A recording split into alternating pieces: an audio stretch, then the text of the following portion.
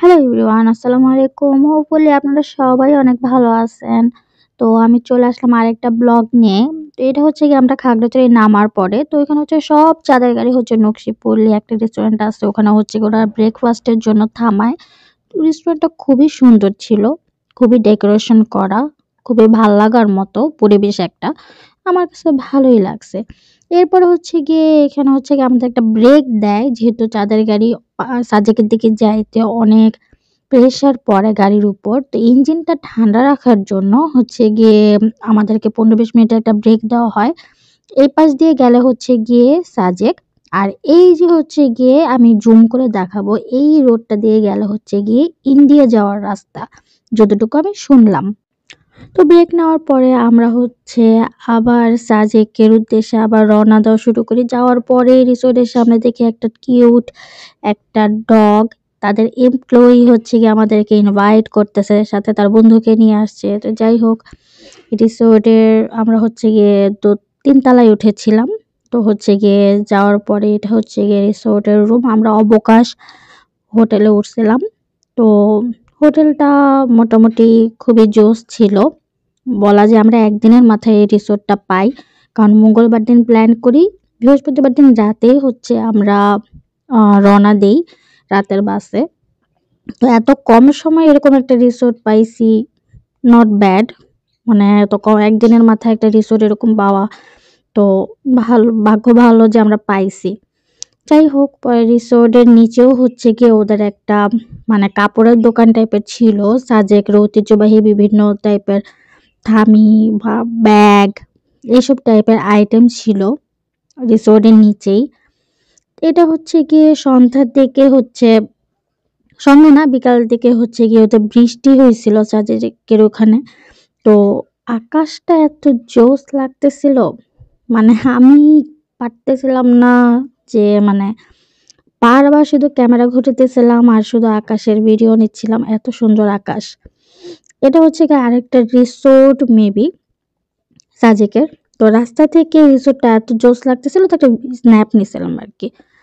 তারপরে এটা হচ্ছে গিয়ে সাজেকের সকালবেলা, সকালবেলার আকাশটাও যে কি সুন্দর। মানে সাজেকে গেলে আমার শুধু একটাই ভাল লাগছে, শুধু পাহাড় আর আকাশটা দেখা যায়, মেঘ দেখা যায়, এটাই সুন্দর লাগে।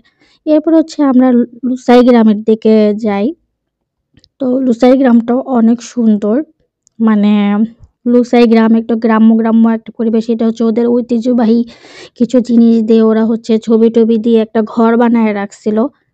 তো এটা হচ্ছে লুসাই গ্রামের একটা, বলা যায় যে ঘর, দোতলায় একটা এসে উঠছিলাম, একটা চালের ঘর টাইপের।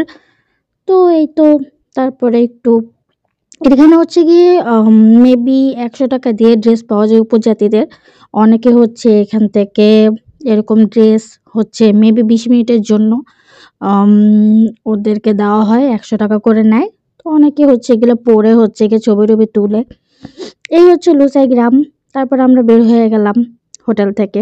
এরপরে হচ্ছে গিয়ে আমরা খাগড়াছড়ি যাই। এটা হচ্ছে লিসাং ঝর্ণা, যদিও আমরা যাই নাই কারণ অনেক নিচে, বাইকে যাওয়া বা হেঁটে যাওয়া, তো এর জন্য আমরা আসলে যাই নাই, এখানেই ছিলাম। এরপরে গেছি আলো টিলাতে। আলো টিলাটা খুবই সুন্দর, বাট সময়ের স্বল্পতার কারণে আমরা হচ্ছে গিয়ে আলো টিলাটা পুরাটা ঘুরতে পারি নাই।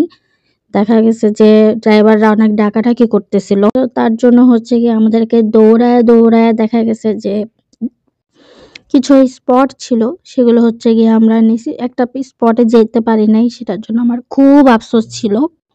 তারপর ঝুলন্ত ব্রিজে যাওয়ার সময় আমি এরকম গাড়ির উপরে উঠে পড়ে যাই, খুবই জোস ফিলিং।